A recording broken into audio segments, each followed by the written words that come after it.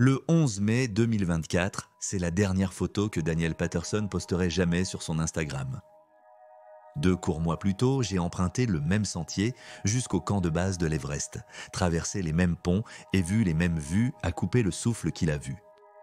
Il y a quelque chose d'étrange à savoir que le sentier menant au camp de base de l'Everest a été le début de la fin pour tant de grimpeurs. La saison d'escalade de l'Everest 2024 a apporté avec elle des moments de tragédie choquantes et d'erreurs fatales. Bien que moins de vies aient été perdues en 2024 par rapport au lourd tribut de 2023, la montagne a toujours revendiqué sa part d'âme. En regardant en arrière les expéditions fatidiques de cette année, une chose devient claire.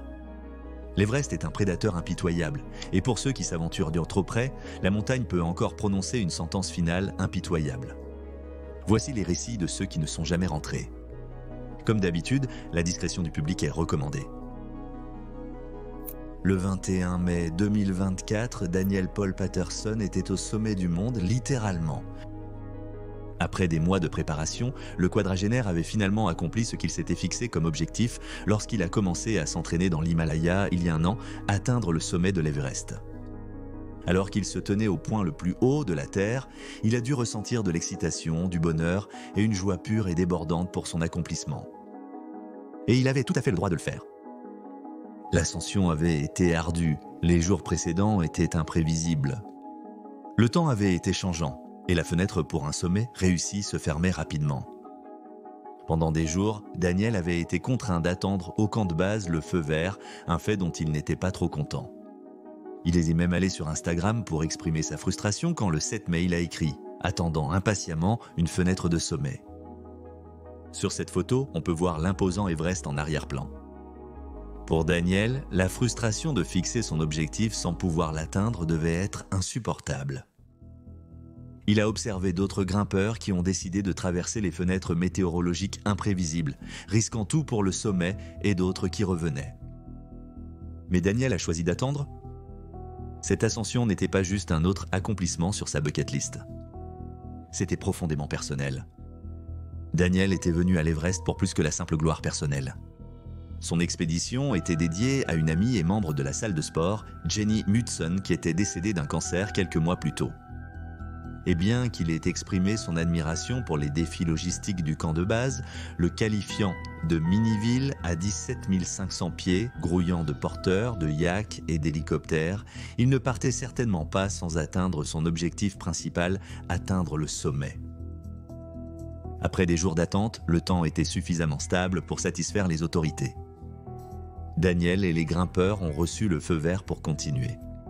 Il faisait partie d'une équipe de 15 membres organisée par 8K Expedition, une organisation népalaise très respectée, connue pour ses randonnées guidées sur l'Everest et d'autres sommets majeurs. Aux côtés de Daniel se trouvait un guide Sherpa nommé Patenji.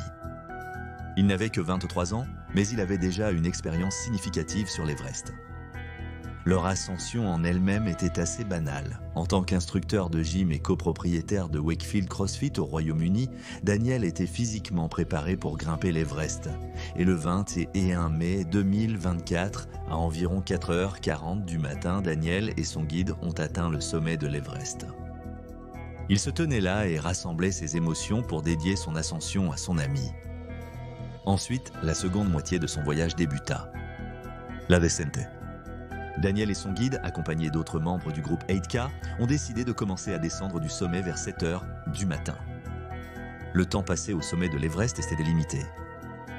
À 29 032 pieds, l'air est si mince que même avec de l'oxygène supplémentaire, votre corps se décompose lentement.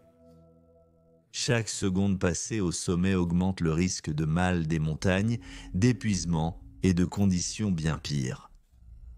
Comme le temps était stable, le groupe devait se sentir confiant quant à leur chance de descendre en toute sécurité. Mais la montagne avait d'autres moyens de vous atteindre.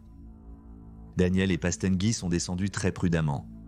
Ils savaient que la crête entre le sommet sud et le pas de Hillary avait ses chutes dangereuses et ses sentiers étroits. Daniel et des alpinistes traversaient une crête quand la corniche de glace sous eux s'est effondrée. Cela s'est passé en un éclair.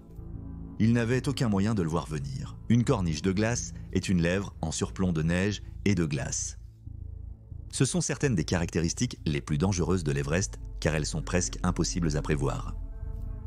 Un moment, le sol est solide et l'instant d'après, il ne l'est plus. Ils n'ont pas eu le temps de réagir. Alors que la neige et la glace sous leurs pieds s'effondraient, Daniel et Pastengui, ainsi que d'autres grimpeurs, ont été aspirés dans le vide. L'effondrement s'est produit si rapidement qu'ils n'ont eu aucune chance de déployer leur corde de sécurité ou leur piolet pour se reposer. Mais alors que les autres grimpeurs sont simplement tombés sans danger de quelques pieds et ont réussi à reprendre pied, Daniel et Pastengui ont été emportés de la crête et directement dans la face Kangsheng, l'une des falaises les plus mortelles de l'Everest, des milliers de pieds Blumochir plus bas. D'autres grimpeurs ont assisté à l'effondrement et ont rapidement prévenu les secours. Malheureusement, les conditions extrêmes de l'Everest à ces hauteurs rendaient les opérations de secours presque impossibles. Malgré la réponse rapide, aucun signe de Patterson ou Pastengui n'a été trouvé. L'effondrement de la glace a été si soudain et puissant qu'ils n'ont probablement eu aucune chance de réagir ou de tenter de s'auto-sauver. Ils ont juste disparu. La communauté Sherpa et les guides de trekking étaient choqués par ce qui est arrivé au Jeune Pass. La disparition de Patterson a choqué la communauté alpiniste et le Royaume-Uni. Les proches d'un individu ont lancé une campagne de financement participatif pour récolter des fonds destinés à financer une opération de sauvetage spécialisée et urgente. Sa partenaire, Bex Woodhead, a partagé des messages émotionnels en ligne, suppliant pour des ressources pour continuer la recherche.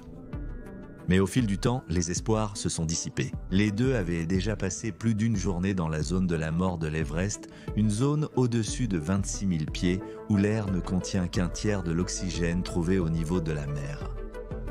Les grimpeurs expérimentés savent que même s'ils avaient réussi à survivre à la chute, leur corps aurait été en train de se fermer rapidement. Sans un sauvetage immédiat dans les 24 heures, la survie dans de telles conditions extrêmes est presque impossible. Suite à l'accident, les équipes de recherche, dont les guides Sherpa et les secouristes, ont poursuivi les recherches dans la zone, espérant au moins retrouver les restes du corps. Mais malgré les meilleurs efforts de ceux sur la montagne, aucune trace de Daniel ou Pastengui n'a été trouvée. Après des jours d'efforts vains, la recherche a été abandonnée. Daniel et Pastengui ont été officiellement classés comme disparus et présumés morts. Suite à la tragédie, les débats sur la surpopulation de l'Everest ont ressurgi. Les grimpeurs expérimentés ont longtemps averti que le grand nombre de personnes tentant d'atteindre le sommet chaque année augmente les risques pour tout le monde. Le groupe de Patterson, qui faisait partie d'une expédition plus large organisée par 8K Expeditions, grimpait aux côtés de nombreuses autres équipes, toutes poussant vers le sommet pendant la courte fenêtre météorologique. Le dilemme est que nous nous sentons plus en sécurité dans un grand groupe lors de tentatives risquées. Mais cela peut entraîner une surpopulation qui ruine le sentier. Peut-être que c'était la congestion combinée aux conditions imprévisibles de la montagne qui a contribué à l'issue tragique. Avec plusieurs équipes toutes en course contre la montre, peut-être que la glace était tout simplement trop fragile ce jour-là. Je ne sais pas, vous pouvez me faire part de vos réflexions dans la section des commentaires. Sur l'Everest, le moindre imprévu peut transformer un rêve, comme rendre hommage à un ami disparu en cauchemar. La montagne se moque de vos raisons, préparation ou force. Elle fait son truc. Mais Daniel n'était pas le seul grimpeur à qui l'Everest a pris un rêve en 2024. Comme Daniel, notre prochaine histoire concerne un alpiniste chevronné du Kenya qui a également fait face au test brutal de l'Everest. Imaginez cela. À 60 pieds du sommet, le monde est derrière vous. L'objectif est devant. Chaque respiration est comme un feu dans vos poumons privés d'oxygène. La neige craque sous les pieds et soudain tout devient sombre. Comme Daniel, Joshua n'était pas un amateur physique. À 40 ans, il était au sommet de sa carrière d'alpiniste. Quant à son expérience en escalade, elle était vaste. Joshua Cherio. Joshua était un banquier d'entreprise qui n'a jamais oublié sa passion pour l'escalade.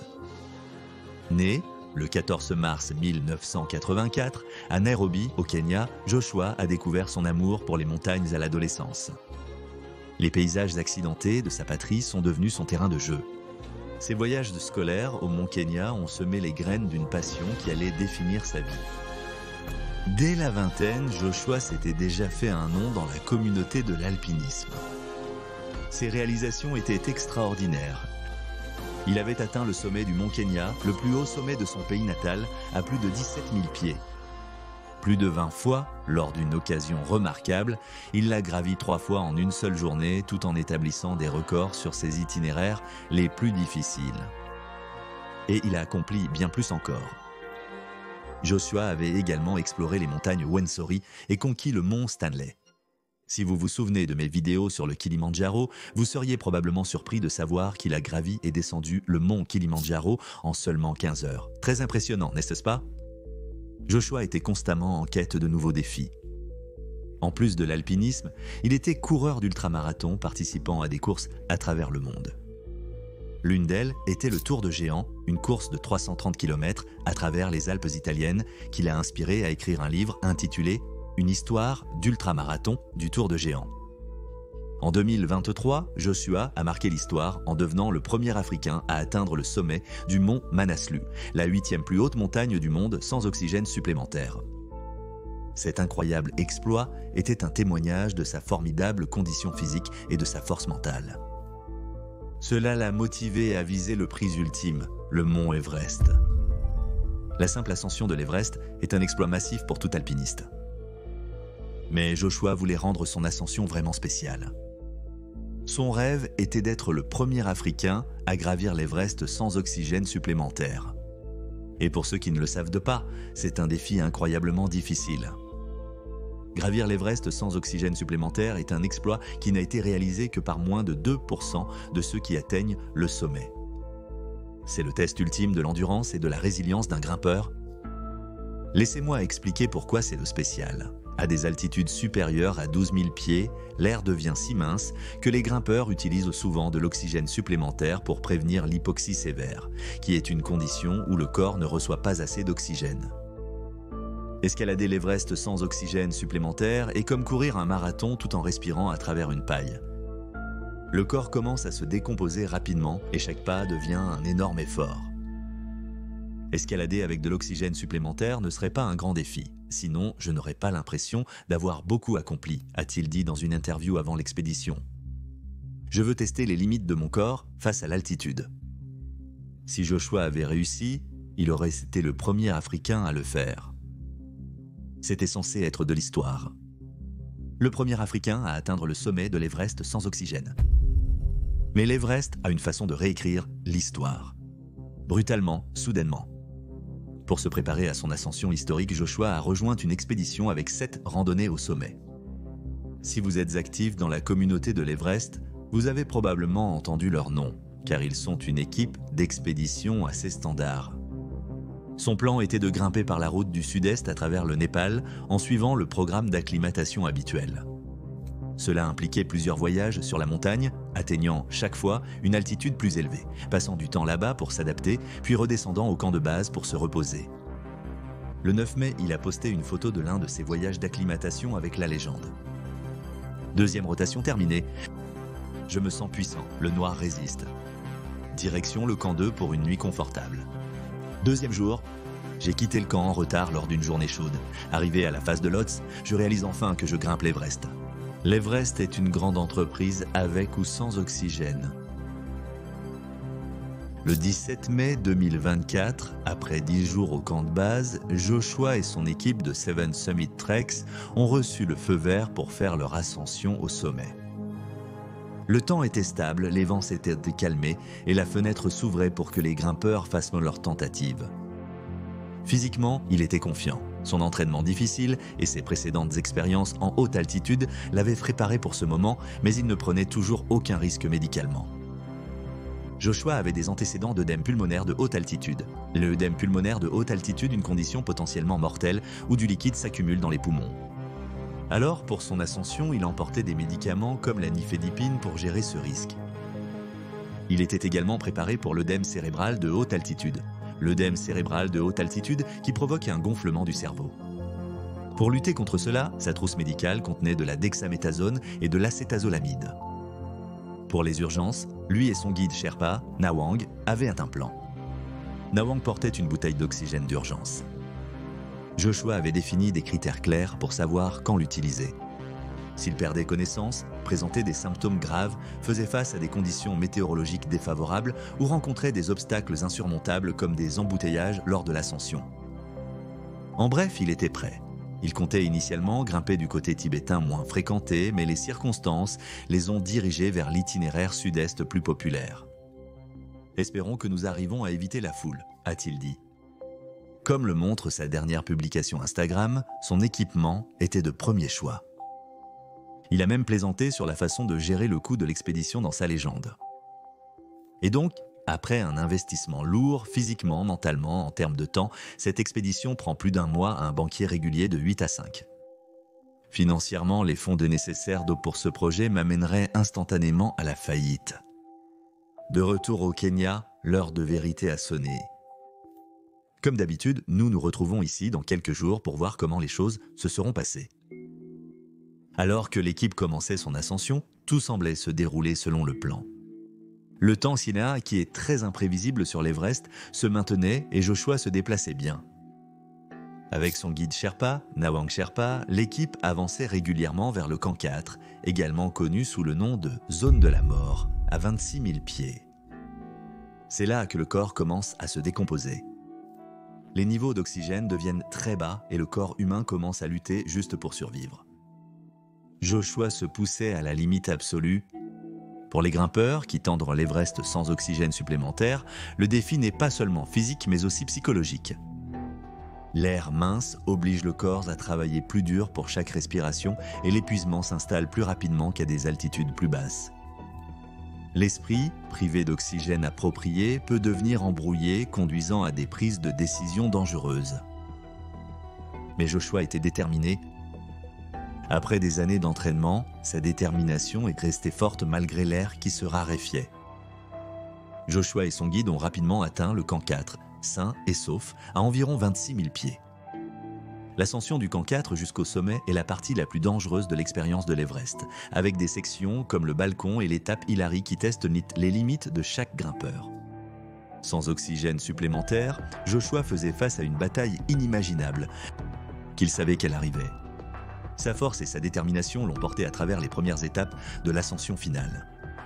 Le début de la fin, le 22 mai, Joshua et son guide ont quitté le camp 4. Ils espéraient atteindre le sommet dans les 24 heures suivantes.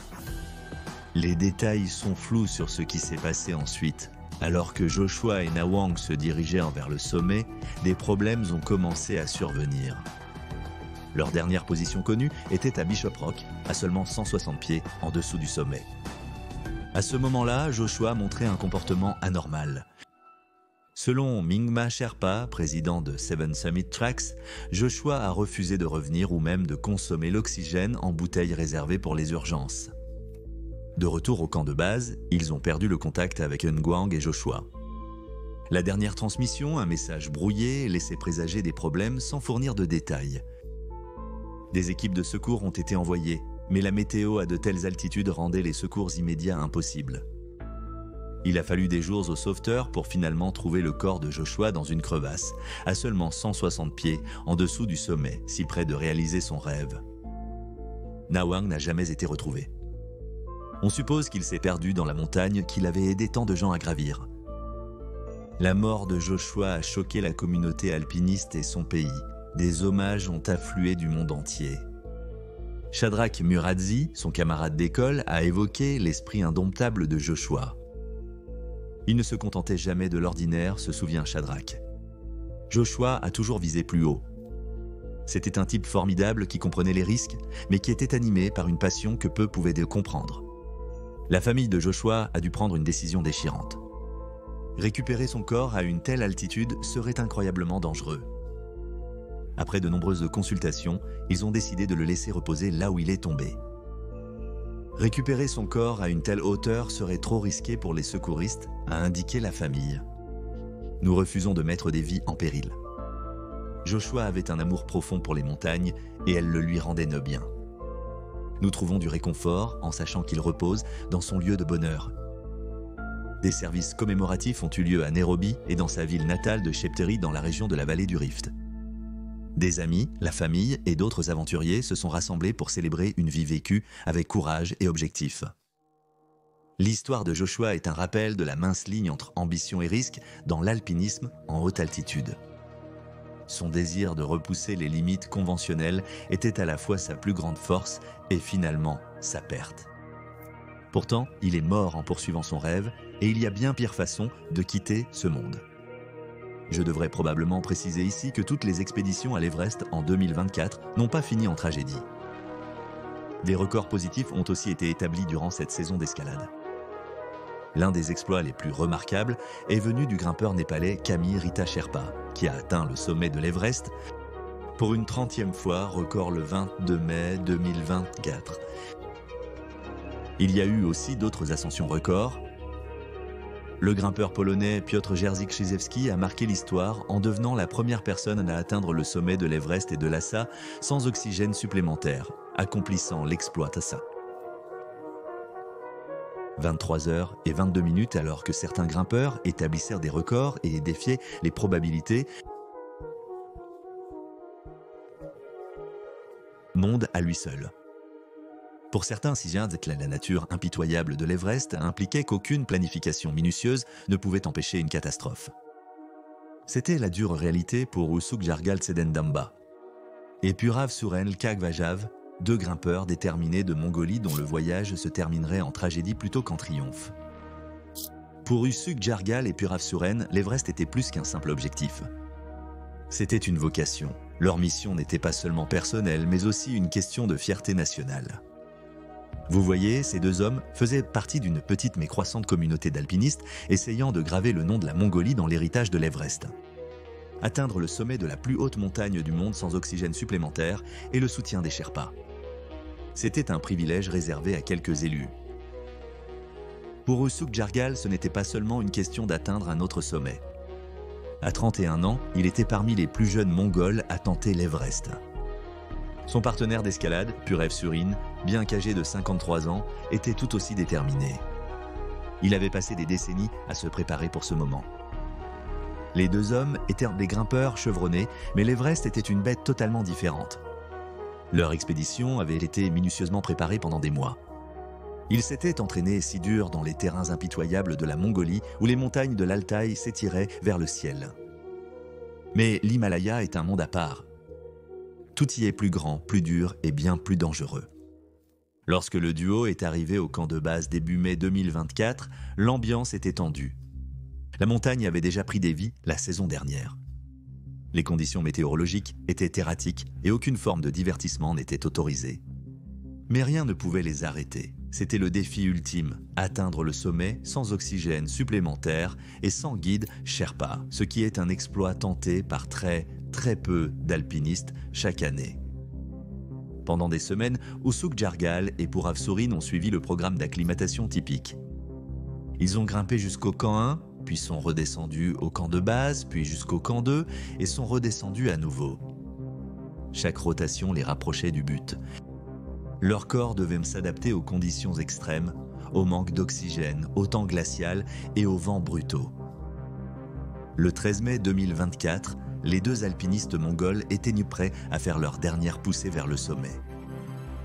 Comme de nombreux alpinistes, cette saison, ils ont fait face à une pression accrue en raison de la réduction de la fenêtre de sommet. Le temps changeait rapidement et cette petite fenêtre de ciel clair était leur seule chance de terminer leur mission. La décision de tenter le sommet sans oxygène supplémentaire était incroyablement risquée. Comme vous le savez déjà, il n'y avait pas de temps pour l'hésitation. Non seulement cela a testé leurs limites physiques, mais cela a également mis leur vie en encore plus grand danger. Connaissant les risques, Usuk Jargal et Purav Surin ont continué. Le 13 mai 2024, le temps s'était brièvement stabilisé, permettant au duo de commencer leur dernière poussée du camp 4 vers le sommet. Le duo a commencé leur ascension tôt le matin. Le sommet était à portée de main, mais à AM, ils ont été repérés par une équipe de Tagnapal qui, en raison de vent fort, a décidé de faire demi-tour. Usuk Jargal et Purav Surin ont continué seuls, une décision qui s'avérerait finalement fatale. Leur ascension était lente, l'air mince et les températures glaciales faisant leur effet. À un moment donné de leur ascension, ils ont finalement eu recours aux bouteilles d'oxygène supplémentaires fournies par 8K Expeditions, même s'ils étaient en partie avec l'objectif ambitieux de faire l'ascension sans cela. Avec des réserves d'oxygène limitées, ils devaient économiser de l'énergie pour la descente. Lorsqu'ils ont atteint le sommet, ils étaient complètement épuisés. Les photographies récupérées plus tard sur leur téléphone montraient 2 alpinistes au sommet tenant le drapeau mongol. C'était un exploit incroyable, mais le défi le plus dangereux de la montagne restait à venir, la descente. Durant leur descente, ils ont fait face à une détérioration des conditions météorologiques. Les vents se sont renforcés et les températures ont vite baissé. Descendant avec peu d'oxygène restant, les 2 grimpeurs ont eu du mal à rester concentrés. Sans radio, qu'ils avaient malencontreusement laissé derrière eux au camp, la communication est devenue impossible. Des heures se sont écoulées sans nouvelles du duo et en fin d'après-midi, ils étaient introuvables. Une équipe de recherche d'8K Expeditions a été envoyée sur le champ pour tenter de les localiser.